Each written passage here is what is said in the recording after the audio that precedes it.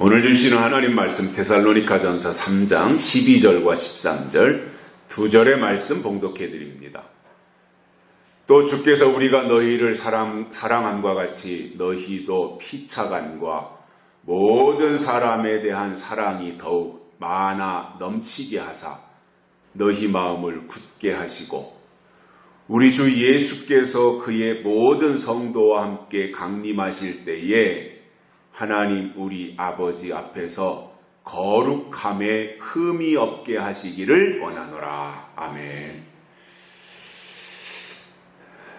계절의 왕이라고 하는 5월달이 되었습니다. 오늘이 어린이날이고 또 날씨가 아주 화창하고 최고로 좋은 날씨입니다. 늘 5월달이었으면 좋겠어요. 덥지도 않고 벌레도 없고 모기도 없고 조금 지났는데 날씨가 따뜻해지면 파리가 제일 먼저 나오고 또 그 뒤따라서 모기가 기승을 부리겠지요.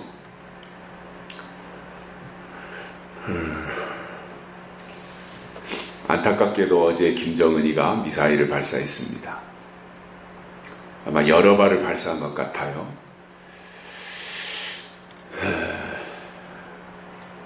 그것으로 인해서 1년 반 정도 평화 무드를 조성하면서 평화가 왔다, 전쟁은 끝났다라고 우리 대한민국 정부, 문재인 정권이 국민들을 기만하고 속였는데 이제 그 모든 것이 다 드러났고 북한이 가지고 있는 도발에 대한 생각들을 절대로 굽히지 않고 있다. 핵 개발 포기하지 않고 있고 언제든지 전쟁을 도발하려는 의지가 있음을 백일하에 드러낸 것입니다. 그동안 발톱을 숨기고 있었던 거죠. 뭔가 대북 제재를 완화시키고 미국이나 유엔 회원국들로부터 식량도 받고 기름도 받고 뭔가 북한의 도움을 얻기 위해서 했는데 결국은 하노이 회담에서 그것이 다 파기가 되면서 점점 더 압박은 강화되어지고 살 길은 북한이 막막해지니까 강수를 두는 것 같아요. 북한이라고 하는 나라는 제가 가끔씩 설명을 드리지만 지금까지 우리나라뿐만 아니라 세계 여러 나라와 약속한 것을 한 번도 지킨 적이 없는 배륜 집단입니다. 그런데 그 나라와 무슨 평화협정을 맺었다고 하면서 김정은이와 평화협정을 맺었다고 하면서 그렇게 국민들을 호도하고 또 선동한 그러한 책임을 반드시 져야 될 겁니다. 한 번 속는 것은 있을 수 있습니다.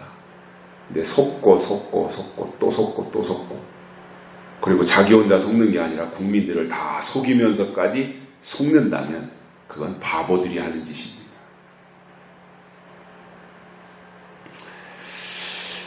아무튼 또 이제 위태로운 상황이 되지 않을까 이러한 우려가 생기기도 하고요.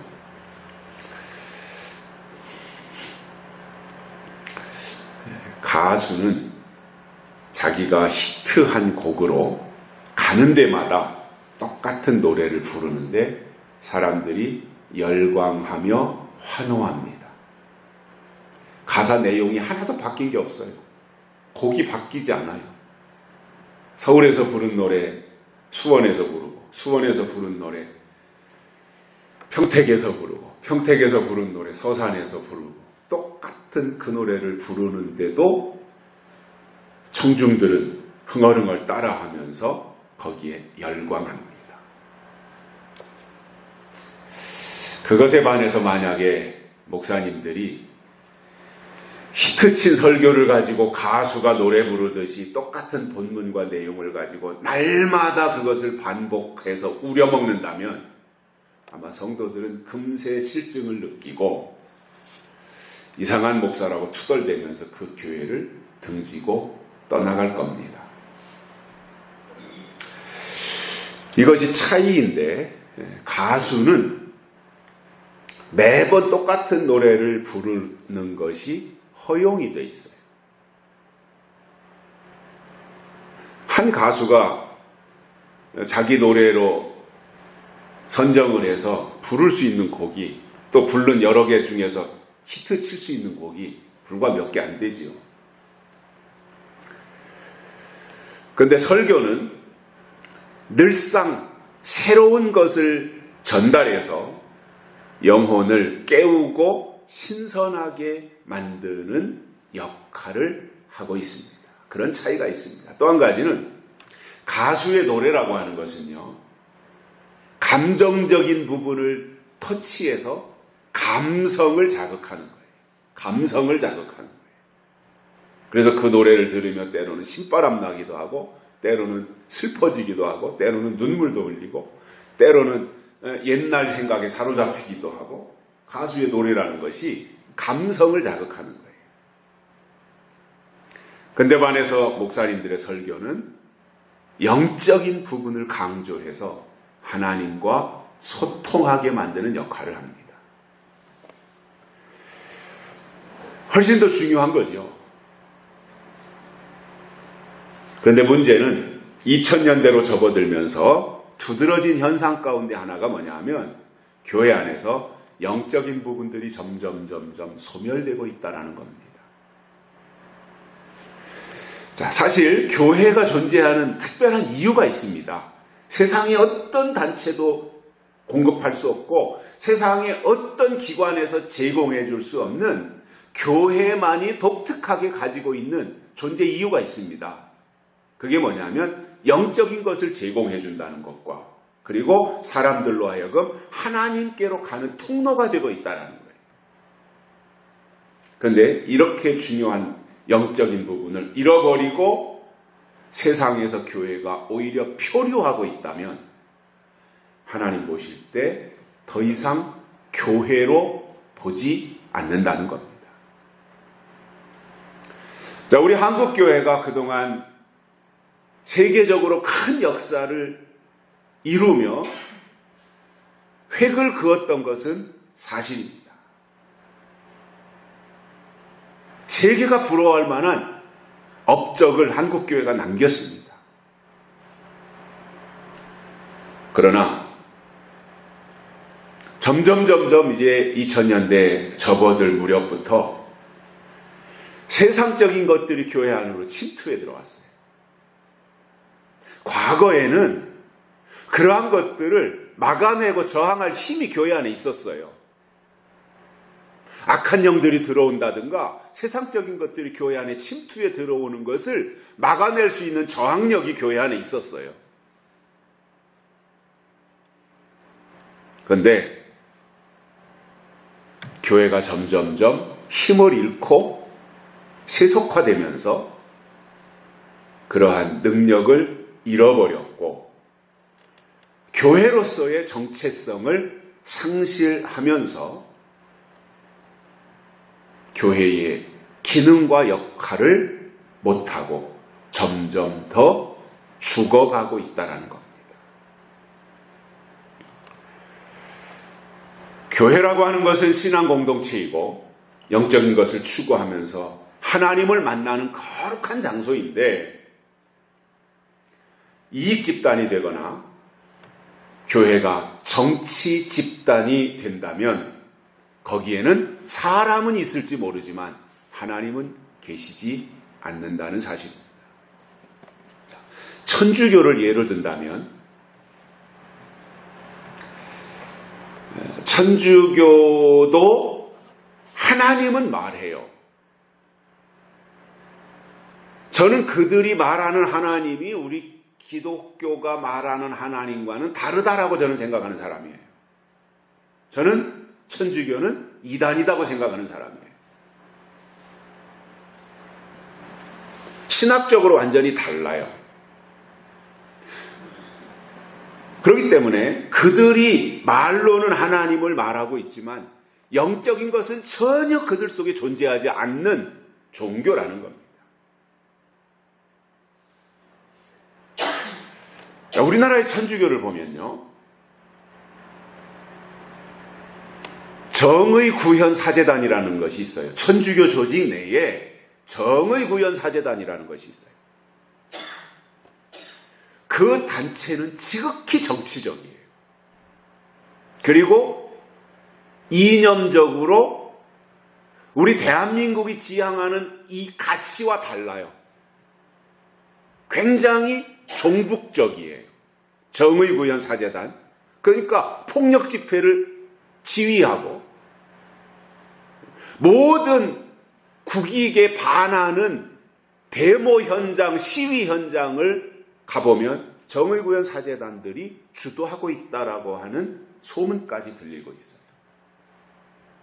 신부들이 앞장서가지고. 그래서 그들은 정치 집단이 됐고 사회주의를 추구하는 묘한 단체로 탈바꿈한 겁니다. 종교라고 하는 탈을 쓰고 말이죠. 자, 중세 때 로마 천주교를 보면 그들도 물론 종교라는 굴레를 쓰고 있었죠. 그러면서 정치 집단화돼 가지고 타락의 극치를 보였어요. 면죄부를 팔아먹는다든가,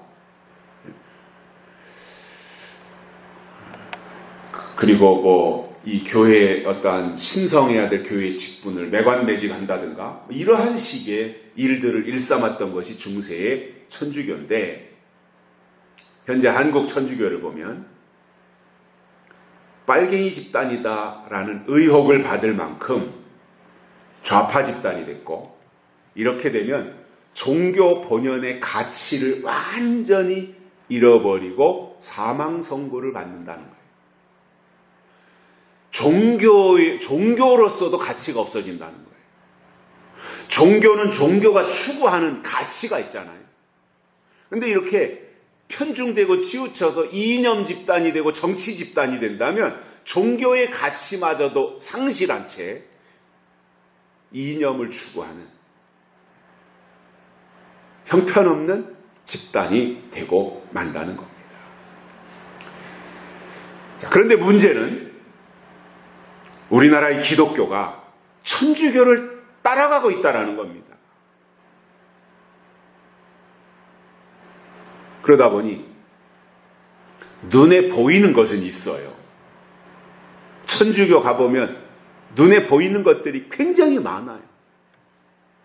유럽에 가보면 그 유명한 성당들 안에 굉장한 이 장식들을 많이 해놓고 우상화시킨 것들을 볼 수 있어요.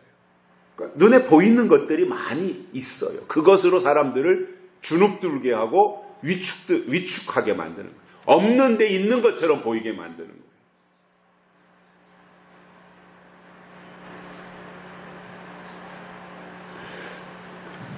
그래서 사람들이 보기 좋은 것, 이러한 것을 형상화해 놓고, 그래서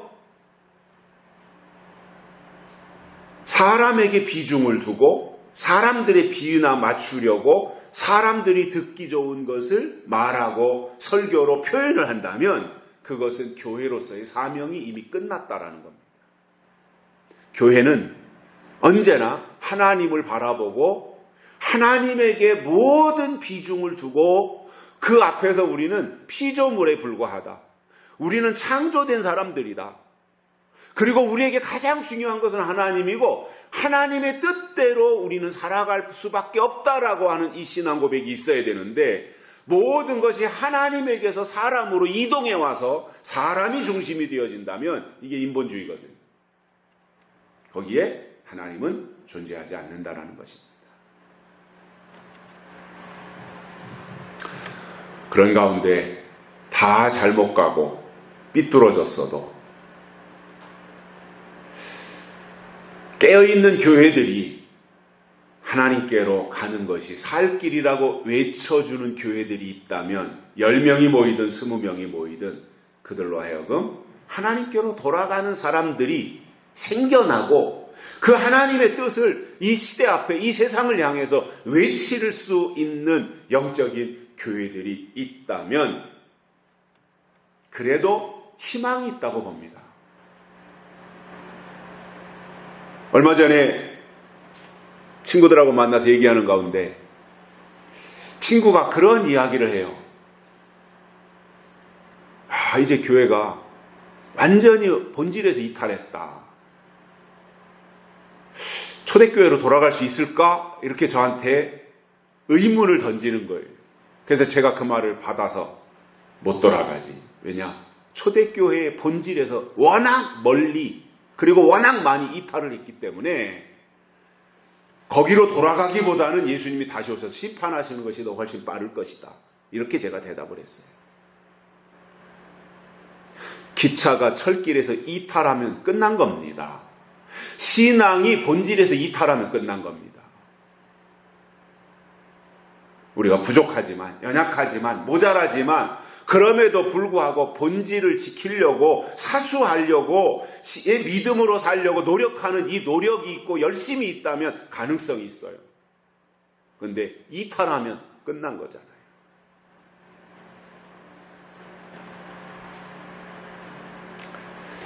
저는 우리 교회가 작지만 영적으로는 강한 교회가 되고 남들이 다 잠잘 때 깨어있는 교회가 되며 세상의 복을 말할 때 하늘의 복을 알려주는 교회가 되고 그리고 모두가 세상으로 향해서 나갈 때 하나님을 향해서 거슬러 올라가는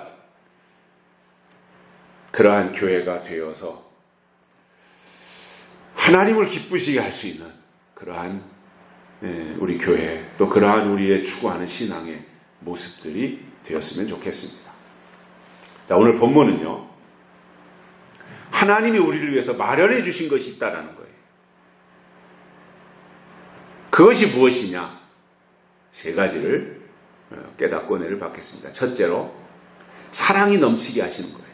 본문에 그렇게 나오잖아요. 하나님이 우리에게 사랑함과 같이 너희도 피차 모든 사람에 대한 사랑이 더욱 많아 넘쳐야 된다는 거죠. 하나님을 표현할 때 가장 쉽고 가장 간단하면서 가장 정확한 설명이 뭐냐면 하나님은 사랑이시다라는 거예요. 그리고 그 하나님께서 우리를 사랑하셨으니 우리도 피차에 사랑하는 것이 마땅하다는 것이고 더 나아가서 모든 사람에 대한 우리의 사랑이 더욱 넘쳐나야 된다. 풍성해져야 된다는 거예요. 그러니까 사랑의 용량을 우리가 더 키워가야 된다는 거예요. 우리 속에 사랑의 분량이 더 풍성해져야 된다는 거예요. 넘쳐나야 된다는 거죠. 우리 기독교를 가리켜서 사랑의 종교다 이렇게 말합니다.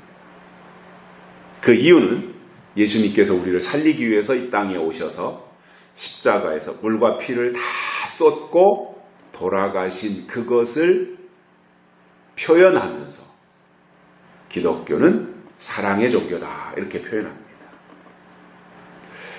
자, 그렇다면 그런 십자가의 사랑을 입고 우리가 구원의 반열에 참여했다면 우리도 사랑의 사도가 되어야 되겠다 그 말이에요. 사랑의 사람이 되어야 된다라는 거예요. 그런데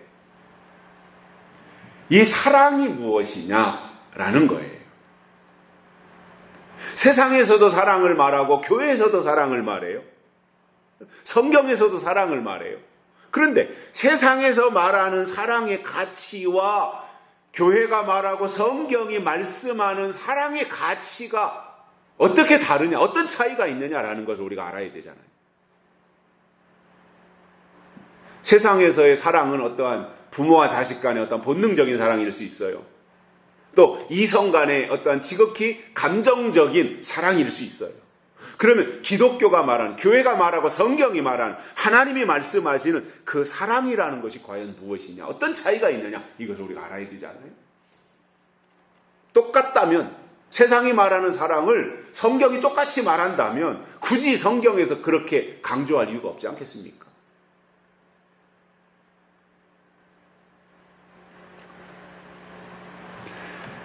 요한복음에서 말씀하신 예수님이 이렇게 말씀하시지요. 사랑이 뭐냐? 나의 계명을 가지고 지키는 자라야 나를 사랑하는 자니 나를 사랑하는 자는 내 아버지께도 사랑을 받을 것이요 나도 그를 사랑하여 그에게 나를 나타내리라 이렇게 말씀하셨어요. 핵심이 뭐예요? 내 계명을 가지고 지키는 것이 나를 사랑하는 거다 이거예요. 그리고 내 계명을 지키는 그것이 사랑하는 것이기 때문에 나도 계명 지키는 그를 사랑하겠다. 그리고 그에게 나를 나타내겠다 이거예요. 결국 중요한 게 뭐예요? 계명이라는 거예요. 그래서 하나님을 사랑한다라는 것이 뭐예요? 기독교에서 하나님을 사랑한다는 사랑의 가치가 뭐냐면 계명 사랑이라는 거예요. 그렇기 때문에 계명을 사랑하려면 계명이 뭔지 알아야 되잖아요.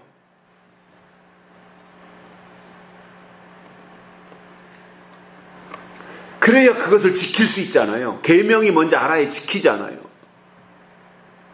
그래서 우리에게 말씀을 주시는 거예요. 약속을 주시는 거예요.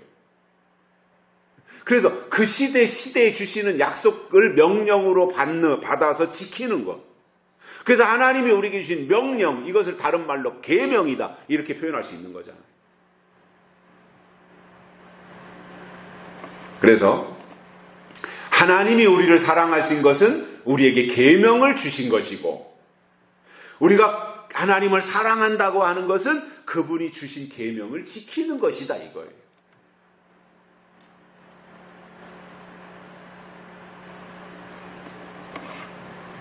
아울러 이웃을 내 몸과 같이 사랑한다는 것은 하나님이 주신 계명을 가진 자가 이웃이고 그들을 향해서 사랑하는 것이 진정한 사랑이라는 거예요. 자, 우리가 이스라엘이라고 표현하는 히브리 민족들 유일하게 그때 당시에도 세계 여러 나라들이 있었잖아요. 그 이스라엘을 중심으로 주변 국가들이 있었지 않습니까? 그때 당시에 세계 몇 나라가 존재했는지는 알 수 없지만 아무튼 여러 나라들 페르시아니 바벨론이니 애굽이니 이런 여러 나라들이 존재하고 있었던 그 시대에 유일하게 히브리 민족에게만 하나님이 계명을 주셨어요. 말씀을 주셨어요, 하나님. 그래서 하나님이 주신 계명, 하나님이 주신 법. 그래서 이 히브리 민족은 하나님이 주신 계명과 법을 지키는 민족으로 유일하게 하나님이 세우셨던 거예요. 그러면 그 히브리 민족에서 사랑한다라는 것이 뭐예요? 계명을 서로가 지키는 거예요. 그들이 언약 공동체이고 계명 공동체잖아요. 그들이 추구하는 가치가 같고 하나님의 뜻을 어떻게든지 이루어지려고 하고 그러한 생각의 공통 분모를 가지고 그들은 삶을 영위했던 것입니다.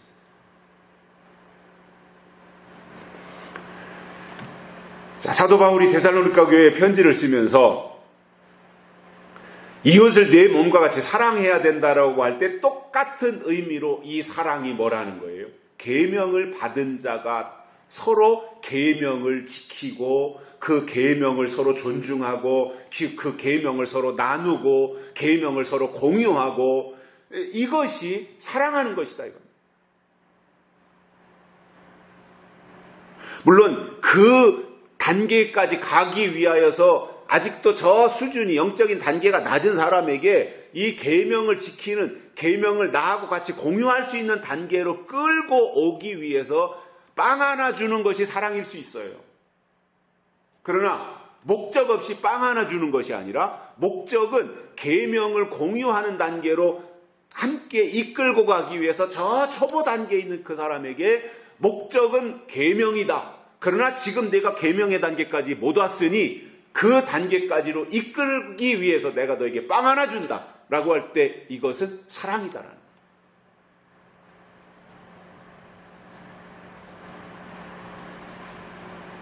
그래서 사랑과 계명은 떨어뜨리고 생각할 수 없는데 하나님을 믿는다라고 말하는 사람들을 보면 안타까운 것이 뭐예요? 계명에 관심이 없다라는 거죠. 계명이 더 중요한데 계명에 관심이 없다라는 거예요. 약속이 중요한데 약속에 관심이 없다라는 거예요. 예언이 더 중요한데 예언에 관심이 없다라는 거예요. 그게 뭐예요? 수준이 아직도 저 밑바닥에 낮은 수준이라는 거예요. 낮은 단계라는 거예요. 여러분, 신앙의 가장 높은 수준의 신앙이 뭔지 압니까? 예언의 말씀에 귀 기울이는 신앙입니다. 예언을 알고 싶어 하는 겁니다. 예언에 관심을 가지는 겁니다. 예언에 귀 기울이는 겁니다. 이게 높은 단계의 신앙. 이게 선지자 수준의 신앙인 거예요. 그런데 맨날 사탕발림의 말이나 들으려고 하고 예화나 들으려고 하고 쉬운 얘기나 들으려고 하고 그냥 간단하게 듣고 가려고 하고 그냥 형식적으로 교회에다가 발이나 걸쳐놓고 그리고 교회에 이름이나 올려놓고 그리고 마음의 평안함을 얻고 그리고 세상에서는 내 방식대로 살려고 하는 이러한 사람들에게는 계명이 없어요. 가끔씩 산에 올라가 보면은 절을 지나가게 돼요. 절. 저 강원도에를 가든 어디 가든 우리나라에도 명산에는 절들이 많이 있잖아요. 근데 가면은 꼭 어떤 절이고 갔을 때 지나칠 때 제가 목격했던 것이 뭐냐면 기왓장 같은 거 잔뜩 갖다 놓고 거기다 이름을 쓰라는 거예요. 이름. 시주하라는 거죠. 돈 내라. 그리고는 거기다가 이름을 쓰면 그 이름 쓴 기왓장이 어디 절을 짓는데 지붕으로 올라가고 그러면은 무슨 극락에 가는 것처럼 그렇게 말하고 또 사람들은 거기에 빠져서 그런 행위들을 해요. 물론 누구를 돕기 위해서 그냥 선한 마음으로 하는 것이야. 그게 뭐가 크게 문제가 되겠어요. 그렇게 하는 것처럼 절간에서 기왓장에다 이름을 쓰고 그것이 마치 극락 왕생하는 것처럼 이렇게 하는 것과 오늘날 교회에 새로 나온 사람들에게 등록카드를 작성하게 하고 교회에 등록한 것이 마치 천국의 생명책에 농명된 것처럼 이렇게 말하는 것과 다를 게 뭐냐는 거죠. 그래놓고는 그게 다예요. 그렇게 시작한 사람을 좋다 말입니다. 그렇게 해서 교회에 들어오게 하고 교회 멤버가 되고 같은 구성원이 되고 그렇게 해서 시작할 때 정말 교회의 신앙생활을 시작하는 첫 발을 내딛는 것이 얼마나 중요한 것이냐. 이제 당신이 세상에서부터 구분되어서 교회로 들어왔고 그리고 당신이 교회에 이제 교인이 되기로 작정을 하고 등록카드를 작성했으니 이제 당신은 천국의 시민이 되었다 말할 수 있어요. 연약한 그 사람에게 도움을 주고 내가 이런 절차를 거쳤으니까 이제 나는 이렇게 새 사람이 되었고 새로운 각오와 새로운 자세를 가지고 이렇게 교회에 맞는 사람으로 살아야 되겠구나. 이렇게 각오를 새롭게 해줄 수 있는 그리고 의욕을 북돋아 줄 수 있는 이런 거 필요하기도 해요. 그런데 시작할 때 그렇게 했다면 이제 본질로 들어가서 왜 믿어야 되는지 왜 하나님을 알아야 되는지 그리고 구약이 뭔지 신약이 뭔지 이런 단계를 거쳐서 마지막 예언의 말씀이 있는데 이제 그 예언의 말씀은 이루어지고 있다. 그 예언으로 들어가야 된다라고 하는 단계까지 가야 당신의 이름이 등록할 때 생명책에 농명됐다는 말이 입증이 되는 거지. 맨날 등록카드 정해놓고 거기에 머물러 있으면서 맨날 신앙이 사형리 수준에만 머물러 가지고 더 높은 고도로 올라가지 못하고 맨날 제자리만 다람쥐 쳇바퀴 돌듯이 맴돌고 있다면 그 신앙이 과연 하나님이 보실 때 합당한 신앙이냐는 거지요. 아이가 태어나면 한 달, 두 달, 석 달, 넉 달 지나가면서 자라나고 돌이 지나고 이제 10살이 되고 20살이 되는 그 단계 성장의 모습이 다 있듯이 신앙도 처음 믿을 때는 이제 태어난 거잖아요. 그러면 태어난 그 상태로만 1년, 2년, 3년, 5년, 10년 지나도록 맨날 태어날 때 그 모습으로 있으면 비정상이고 점점점 그 나이에 맞게 학교 가야 될 때 학교 가고 대학교 들어갈 때 대학교 들어가고 이렇게 해야 되는 단계가 있는 것처럼 영적으로도 그 단계를 다 거쳐가야 되는 거잖아요. 이게 정상이잖아요. 근데 오늘날 교회는 어린아이로 다 만들어 놓고 있다는 거예요. 성장을 제한시켜 놓고 있다는 거죠. 왜? 단단한 식물을 안 먹여주니까. 비밀이 없고 예언이 없으니까요. 약속의 말씀이 뭔지 모르니까 멈춰 있는 겁니다.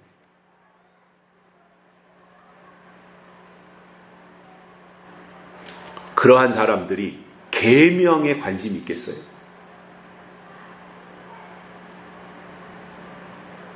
초림 예수는 있는데 재림 예수가 없어요. 이게 바리새인이잖아요. 하나님은 아는데 예수님은 몰랐던 게 바리새인이잖아요.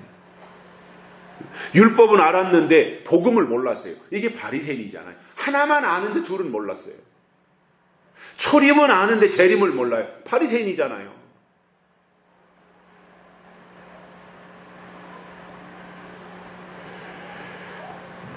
이렇게 되면 믿음이 없는 거고요. 믿음이 없으니 하늘의 것에 관심이 없어져요. 그런 사람들은 입으로는 하나님을 말하면서 점점 땅의 생활에 익숙해져 가지고 땅의 것만 추구하면서 세상에서의 형통과 안위를 찾아가는 사람으로 바뀌게 된다는 거예요. 역행하는 거지요. 하나님을 역행하는 거지요. 하나님은 우리가 하나님이신 계명을 지키며 사랑하고 나아가 주변 사람들과도 친밀한 관계를 유지하면서 영향력 있는 생활을 하기를 우리에게 원하고 계신데, 그렇다면 우리가 그 방향으로 가면서 하나님의 것으로 계속 채우고 재충전해야 되잖아요. 한번 충전했다고 끝난 게 아니잖아요. 그죠? 스마트폰 가지고 계시죠? 다. 날마다 충전하죠? 틈만 나면 전기 꽂아놓고 충전하죠? 그러면서 왜 신앙은 재충전하는 걸 안 하냐 말이에요. 한번 충전했다고 그게 오래 갑니까? 자동차 한번 기름 가득 채웠다고 해서 그게 10년, 20년 계속 가는 게 아니잖아요. 일정한 거리를 가면 기름이 다 떨어지면 또 다른 주유소에 가서 또 주유를 해야 되듯이 우리의 신앙도 똑같은 거거든요. 그래서 우리가 매일 생활을 하다가 주일날 교회에 와서 예배에 참석하는 것은 영적으로 재충전하는 거예요. 일주일 동안 월요일부터 토요일까지 세상에서 생활하면서 이제 충전했던 것들이 다 사용을 해서 떨어진 거예요. 그래서 주일날 와서 다시 재충전하고 가는 거예요. 그래야 힘이 있고 에너지가 넘쳐서 세상을 이기며 사는 거잖아요. 근데 주의를 소홀히 하고 주의를 안 지키면 충전할 방법이 없어요.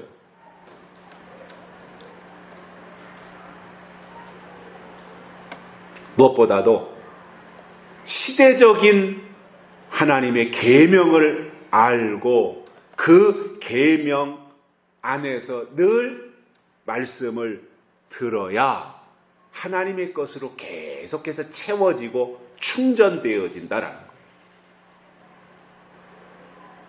두 번째로는 하나님 우리에게 주신 것은 마음을 굳게 하신다라는 겁니다.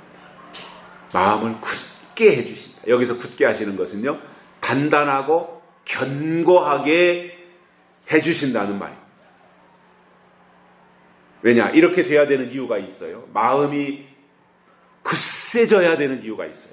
뭐냐면 그래야 흔들리거나 미혹당하지 않아요. 성경을 통해서 알 수 있듯이 악한 영들은 어떻게 하든지 하나님의 일이 이루어지지 못하도록 방해 부리고, 그리고 좌절하게 하며 낙심하게 해서 하나님 편에 서지 못하도록 흔들어대는 것이 악한 영들의 역할입니다. 하지만 예수님의 재림을 기다리는 사람들 있잖아요. 그러한 사람들은 마음이 든든해지고 마음이 견고해지고 마음이 굳건해져야 된다라는 거예요. 근데 말로는 귀로는 예수님이 다시 오신다고 말을 하고 그러한 방향의 채널을 맞추고 다시 오시는 예수님에 대해서 듣기는 듣는데 마음의 중심이 없어가지고 이 말하면 이리 쏠리고 저 말하면 저리 쏠리는 나약한 상태가 돼서는 하나님의 마지막 역사를 감당할 수 없다는 것. 자, 우리가 이 마지막 때가 되면 분별하고 물리치며 척결시켜야 될 가장 큰 문제가 미혹이라는 거예요. 미혹. 거짓 선지자 음녀가 나타나서 계시록 이외의 것들을 가지게 만드는 것. 이게 미혹이에요. 거짓 것으로 선동하는 것. 이게 미혹이잖아요. 진리를, 본질을 말하지 않는 것. 이게 미혹이잖아요. 정말 바라봐야 될 것을 바라보지 못하게 하고 엉뚱한 것을 쳐다보게 만드는 것. 이게 미혹이잖아요. 그래서 깨어있는 종들은요, 미혹이 뭔지 알고 그리고 미혹을 뿌리치고 그 미혹을 이겨낼 수 있도록 마음을 든든하게 하신다라는 거예요. 이게 하나님이 우리를 위해서 해주시는 두 번째 역사예요. 우리의 마음이 단단해져야 되는 거예요. 흔들리지 말아야 된다는 거예요. 그래서 어느 시대를 막론하고 하나님의 일을 감당했던 사람들의 공통점이 있다면 마음이 굳건하고 강건한 상태였다라는 거예요. 자, 모세가 죽고 난 이후에 여호수아가 이제 바톤을 물려받습니다. 지금 여호수아는 요단강 근처에 머무르고 있습니다. 모세는 죽었습니다. 가장 당황한 사람이 여호수아였을 겁니다. 어찌해야 될지 몸둘 바를 모르고 발만 동동 굴렀을 거예요. 여호수아라는 사람. 그런데 그러한 상황에서 하나님이 여호수아를 부르시고 여호수아에게 찾아오셔서 3번이나 여호수아에게 말씀하신 것이 있어요. 그게 뭐냐면 마음을 강하게 하고 지극히 담대히 하라. 이게 일꾼의 자세입니다. 자, 또 골리앗 앞에선 다윗을 보십시오. 우리가 잘 알고 있죠. 다윗. 예? 이 블레셋 군대는 다 훈련된 정예 부대입니다. 뿐만 아니라 골리앗이라고 하는 장수는요, 아주 희대에 누구도 그를 따라잡을 수 없는 아주 강한 사람이었어요. 그 앞에서 이스라엘 군대는 싸울 의지를 상실했습니다. 그리고는 다 잠수 타고 숨어버렸어요. 얼마나 초라한 모습이에요. 그런 가운데서 다윗이 등장을 한 겁니다. 앞에는 골리앗이 소리치고 있습니다. 골리앗의 군대가 진을 치고 있습니다. 지금 이스라엘의 성 내에는 장수들이 다 잠수 타고 벌벌벌벌 떨면서 누구도 나서지 않습니다. 싸우려고 하지 않습니다. 전의를 다 상실했습니다.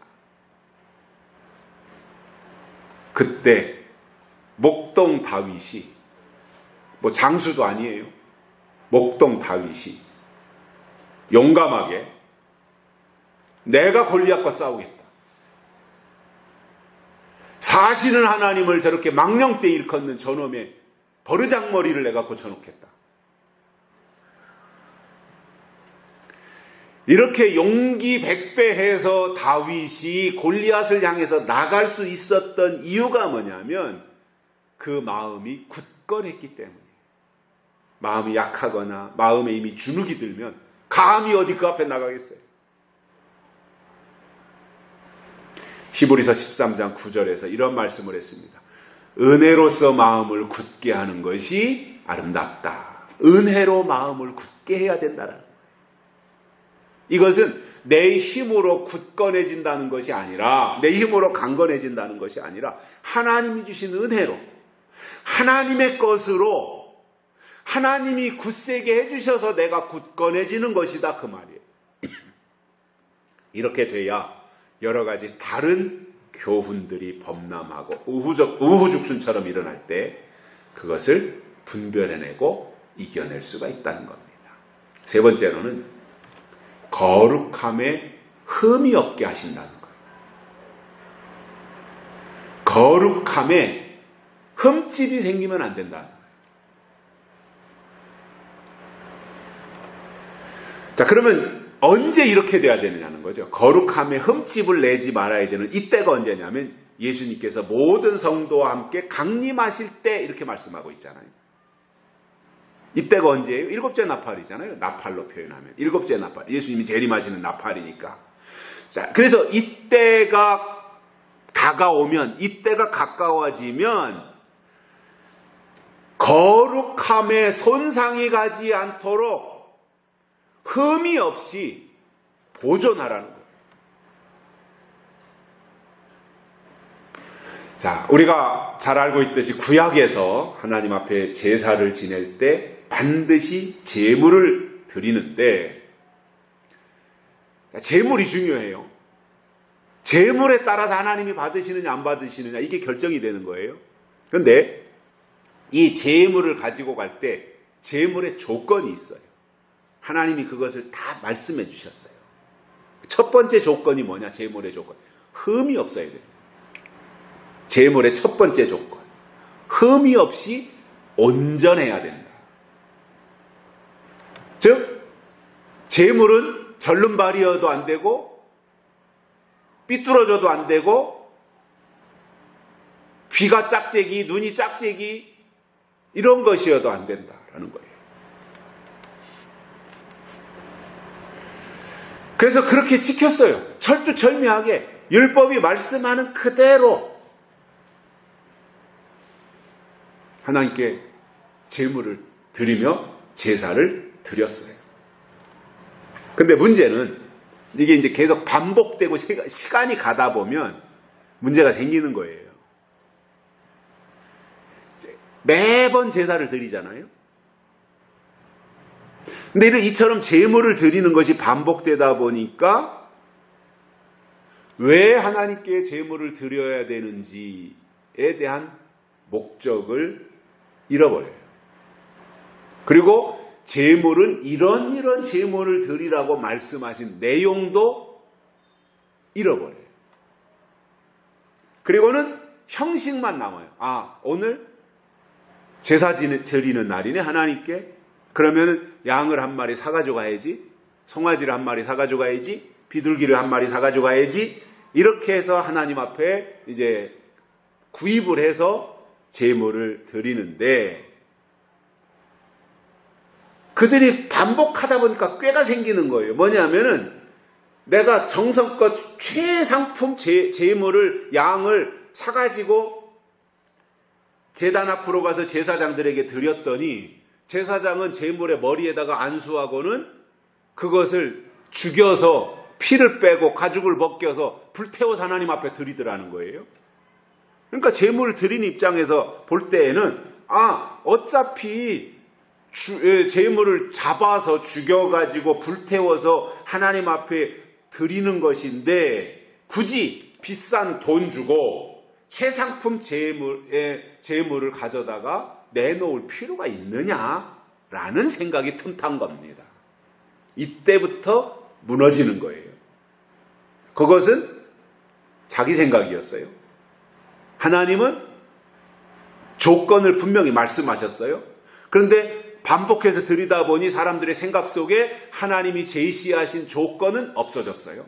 그리고 제물만 드리면 된다라는 생각이 합리화로 남아있는 거예요. 자기 합리화로. 그 결과 이제 제사가 형식화되어 가지고 하자가 있는 제물을 가지고 가는 거예요. 왜 하자가 있는 제물을 가지고 가느냐? 가격이 저렴해요. 그것은 제물의 가치가 없다라고 생각하기 때문에 가격이 저렴해요. 그러니까 사람들은 어차피 죽을 건데 이거면 어때? 이거 양인데 뭐, 송아지인데 뭐, 이거면 어때? 좀 삐뚤어졌으면 어때? 이렇게 이제 생각을 하고,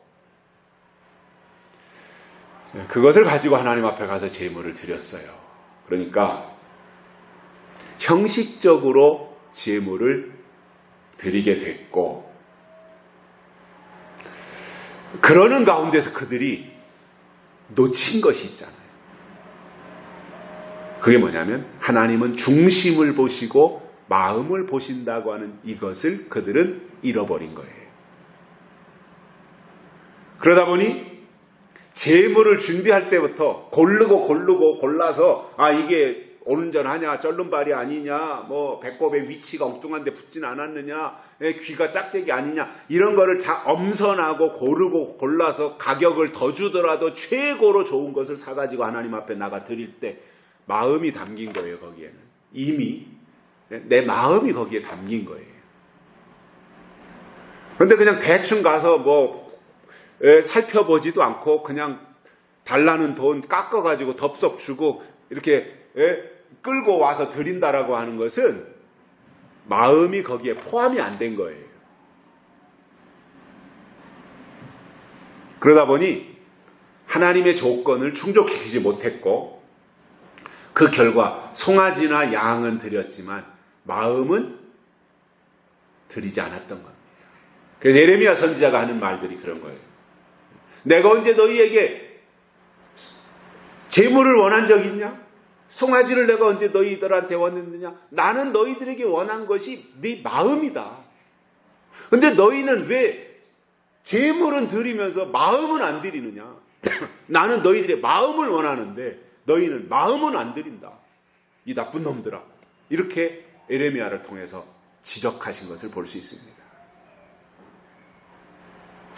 자, 오늘 데살로니가전서에서 바울이 이렇게 표현합니다. 흠이 없어야 된다. 흠이 없어야 된다. 그런데 그 앞에 단서가 있죠. 거룩함에 흠이 없어야 된다. 여기서 이 중요한 것은 앞에 있는 거룩함입니다. 계시록 14장 5절에서도 이렇게 말씀합니다. 어린 양과 함께 시온산에 설 자들이 누구냐? 입에 거짓말이 없고 흠이 없는 자들이라 이렇게 말씀하고 있어요. 이 말은 자기가 말한 것을 지키라는 거예요. 입에 거짓말이 없고 흠이 없어야 된다. 자, 그래서 요한계시록이 이 시대에 내려주신 하나님의 법이고 하나님의 계명이고 하나님의 약속인 것이 확실하다면 그 말을 끝까지 지켜야지 여기서 하는 말과 저기 가서 하는 말이 전혀 다르다라고 할 때는 그것은 거짓말이고 흠이 된다는 거예요. 아멘도 아무 데 가서는 아멘 하면 안 돼요. 왜냐? 내가 추구하는 신앙적 가치와 다른 데가 있잖아요. 내가 추구하는 신앙의 가치가 다른데 거기 가서 어떻게 아멘이 나와요? 아멘은 내가 거기에 동의한다라는 건데, 공감한다라는 건데, 그대로 믿는다라고 하는 고백인데,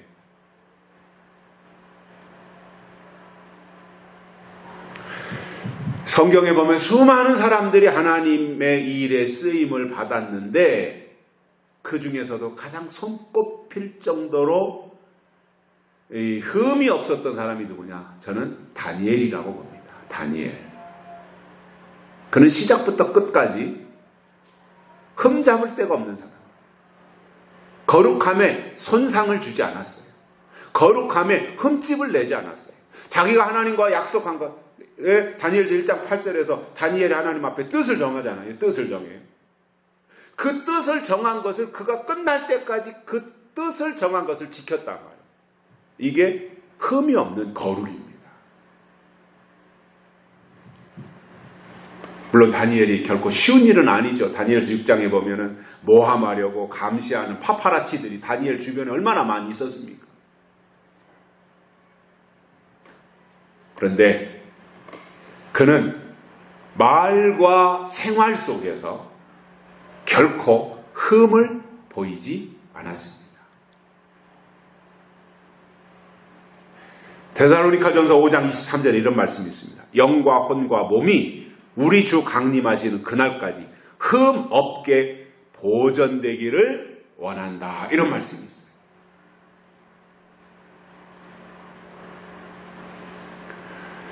자, 무엇보다도 거룩함에 흠이 없어야 된다. 저는 이 오늘 말씀을 준비하면서 이 데살로니가전서 3장 13절 이 끝부분을 읽으면서 마음에 굉장히 와닿은 게 이거예요. 거룩함에 흠이 없어야 된다. 이미 우리 속에 하나님 주신 거룩이 있어요. 근데 이것이 다른 것들이 뒤섞이고 오염되고 미혹을 당해서 이 하나님 주신 거룩에 흠집을 내지 말아야 된다, 이 말씀이에요.